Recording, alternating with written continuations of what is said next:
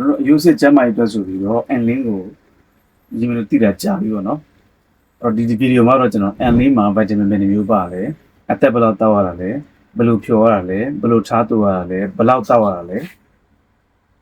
ပြီးတော့ overdose လို့ခေါ်တဲ့ပိုပြီးတောက်မြင်ပါလိဖြစ်မလဲဘယ်သူတွေနဲ့မတည့်ဘူးလဲစတဲ့အချက်တွေကိုကျွန်တော်တေချာလေးရှင်းပြသူပြီးတော့မှာပဲဖြစ်ပါတယ်ကျွန်တော်မောင်ခပါကျမ်းမာရေးအားရကြောင့်ဒီကိုမျှဝေပေးနေပါအဲ့တော့ N-link မှာဆိုလို့ရှိရင်တော့ vitamin ပေါင်းကျန်ပြင်း18မျိုးလောက်ပါပါအဓိကအဖြစ်ရိုးနဲ့ကြွက်သားတွေအာရုံကြောင့်လိုအပ်တဲ့ vitamin တွေဖြစ်တဲ့ vitamin D လို့လိုမျိုး calcium လို့လိုမျိုး magnesium လို့လိုမျိုး vitamin 162လို့လိုမျိုး vitamin အများကြီးပါဝင်တယ်အဲ့ဒါကိုမှသူက skin mix လို့ခေါ်တဲ့အဆီထုတ်တဲ့နှုတ်မုန့်နဲ့ပေါင်းစပ်ပြီးထုတ်လာခြင်းဖြစ်ပါတယ်ဒါသူရဲ့အဓိကလှုပ်ဆောင်ချက်ပါတခြားနှုတ်မုန့်တွေနဲ့မတူတဲ့အချက်ပါဒီကုလုံးရဲ့ကျမ်းမာရေးကိုအထူးပြုတာမဟုတ်ဘူးအဓိကအဖြစ်အယိုးအာယုံကြောကြွက်သားဒါတွေကိုအဓိကအထူးပြုထားပါတယ်ဒီမှာဆိုလို့ရှိရင်တော့ 3x နဲ့ 5x ဆိုပြီးနှစ်မျိုးရှိပါတယ် 3x ကကြတော့အသက်18ကနေပြီးတော့49နှစ်ပါအဲ့ဒီအသက်အပိုင်းခြားတော့ကိုအထူးပြုထုတ်လုပ်ထားပါတယ်ဒီထဲမှာ collagen ဓာတ်ကိုပို့ပြီးတော့သုံးထားပါတယ်ဒါတူတူကြကြ 5x ကျတော့အသက်50နဲ့အထက်ပေါ့နော်ဒီထဲမှာဆိုလို့ရှိရင်တော့ 3x မှာပါဝင်တဲ့ vitamin တွေအားလုံးပါဝင်တဲ့အပြင်50နောက်ပိုင်းမှာလိုအပ်မှတခြား vitamin တွေထပ်ပြီးတော့ပေါင်းထည့်ထားပါဒါကြောင့်သူ့အသက်နဲ့သူတိုက်ဖို့အရေးကြီးပါရွေးချယ်တာမှန်ကန်မှုလုပ်တာပေါ့နော်ဒါတော့သူ့ရဲ့ထူးခြားချက်ပါဖြောပုံဖြောနည်းအရင်အရေးကြီးပါတယ်ဘာကြောင့်လဲဆိုတော့ဖြောတဲ့နေမှားသွားရင်ကျွန်တော်တို့ရမယ့် vitamin တွေအပြည့်အဝမရနိုင်တော့ဘူးအဓိကရှောင်ကျဉ်ရမှာတော့အရန်ပူတဲ့ရေတွေနဲ့ဖြောလိုက်တာပေါ့နော်နှုတ်မတွေပါတယ်ဒါကြောင့်ကျွန်တော်တို့ပူတဲ့ရေတွေနဲ့လုံးဝဖြောလို့မရပါဘူးအဲ့တော့ရေချက် A ရေနွေးလေးစက်တီးနွေးပေါ့နော်ဒီမို့ရေအေးနဲ့လည်းဖြောလို့ရပါတယ်ဖြောတဲ့အခါမှာပထမဆုံးဖန်ခွက်ထဲမှာရေကိုထည့်မယ် average ပေါ့နော်200 ml ပြီးတော့ဒါလေးကို3စုံ3 4စုံထည့်မယ်ထည့်ပြီးတော့တေချာလေးနှံ့အောင်လို့ကျွန်တော်တို့ဖြောမယ်ဇွန်နဲ့တော်တော်ကောင်းဒါမှမဟုတ်ရင်ဒီမှုရဲ့အတန်ပေါ့နော်အခုဆိုလို့ရှိရင်တော့ mix frotter လို့မျိုးလို့ထိတ်မှအတန်လေးနဲ့ဆက်နဲ့ဖြောတဲ့ဆက်လေးတွေလည်းလာတယ်အဲ့ဒါနဲ့လည်းမှုပြီးတော့တေချာလေးညက်သွားအောင်ပျော်အောင်ဖြောဖို့လိုပါတယ်အဲ့ဒီပုံစံနဲ့ဖြောမယ်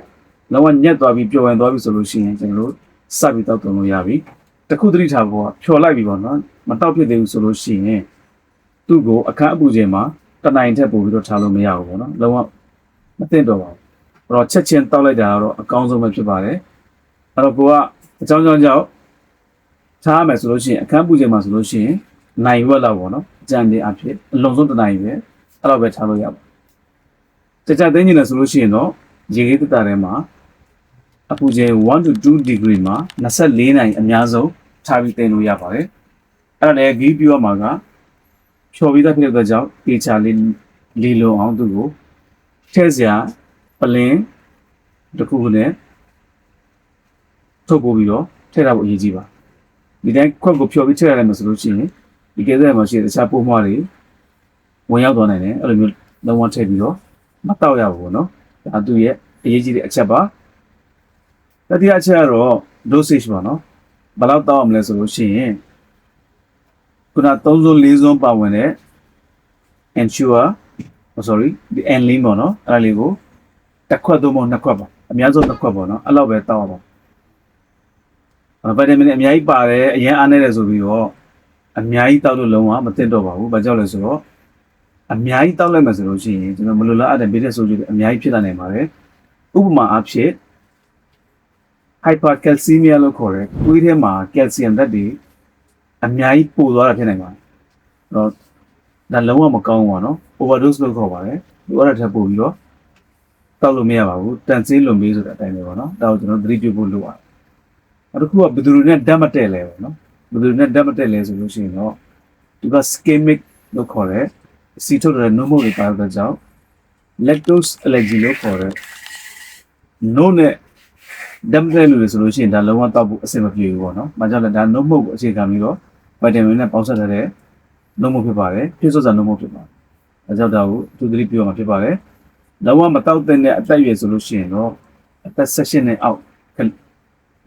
လူငယ်ပိုင်းတွေကလေးငယ်တွေဖြစ်တယ်။သူတို့တော့လုံးဝတိုက်ကြွေးဖို့မသိတော့ပါဘူး။ဘာကြောင့်လဲဆိုတော့သူတို့လိုအပ်တဲ့ဗိုက်တာမင်ထက်အများကြီးဒီမှာဗိုက်တာမင်တွေပိုတဲ့အတွက်ကြောင့်မလိုလားအပ်ပဲနဲ့ ပြီးတော့ဆိုကြတွေဖြစ်သွားနိုင်ပါတယ်ဒါဆိုလို့ရှိရင် ending ရဲ့အသေးစိတ်အချက်လက်တွေကိုကျွန်တော်ဒီဗီဒီယိုမှာပြောပြပေးစီဖြစ်ပါတယ်ဒီဗီဒီယိုတွေနဲ့နောက်ထပ်သိချင်တာတွေရှိတယ်ဆိုလို့ရှိရင်လည်း comment မှန်းထားလို့ရပါတယ်ကျွန်တော်လေ့လာပြီးတော့ဖြေကြားသွားမှာဖြစ်ပါတယ်အားလုံးကိုကျေးဇူးတင်ပါတယ်